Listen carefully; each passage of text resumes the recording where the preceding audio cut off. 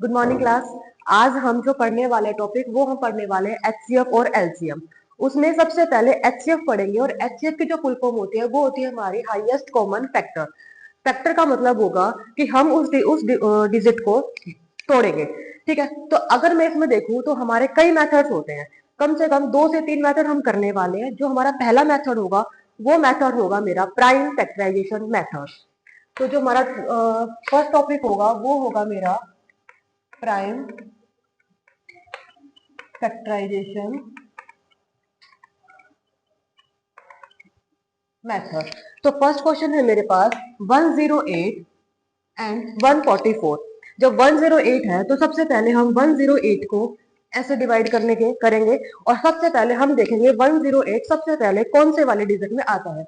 जैसे हमने शुरू किया 2 से, क्या ये डिजिट हमारी 2 से डिवाइड हो जाएगी? बिल्कुल हो जाएगी। क्यों? क्योंकि हमारे पास लास्ट में क्या है 8, और 8 का अगर डिविजिबिलिटी रूल चेक करते हैं तो लास्ट में क्या आता है हमारा 0, 2, 4, 6 और 8। तो ये 2 से हो जाएगा। तो 2 से जाने के बाद जाएगा 2 5 जा 10 एंड 2 4 जा 8। फिर उसके बाद ये दोबारा 2 से हो जाएगा तो 2 2 जा 4, 1 बचेगा, 2 7 जा 14।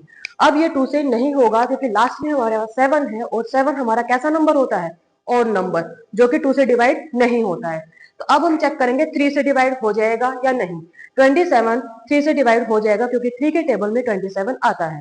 तो ये जाएगा 3 9 जा 27, और जो 9 है वो भी 3 से डिवाइड हो जाएगा। तो ये जाएगा 3 3 जा 9, और फिर हमारे पास आएगा 3 1 जा 3।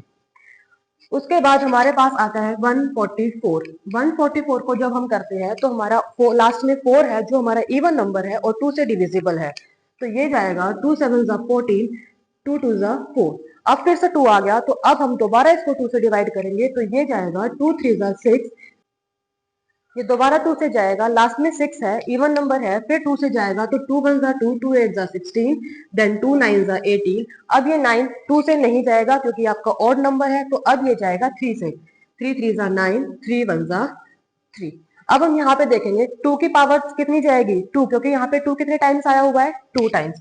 तो ये जाएगा 2 की पावर 2 मल्टीप्लाई में 3 की पावर 3, मतलब कि पावर इन द सेंस जो जितने टाइम्स आया होगा वो उसकी पावर बन जाएगा। तो यहाँ पे 2 2 टाइम्स आया हुआ था तो यहाँ पे 2 की पावर 2 हुआ। यहाँ पे 3 टाइम्स आया हुआ था तो यहाँ पे 4 है, छोटा हमारा 2 है तो 2 की पावर 2 जाएगा। और यहाँ पे 3 की पावर 3 और 3 की पावर 2 है, छोटी डिजिट 2 है तो ये हमारी 3 की पावर 2 जाएगी। तो ये हमारा एचसीएफ निकल के आएगा।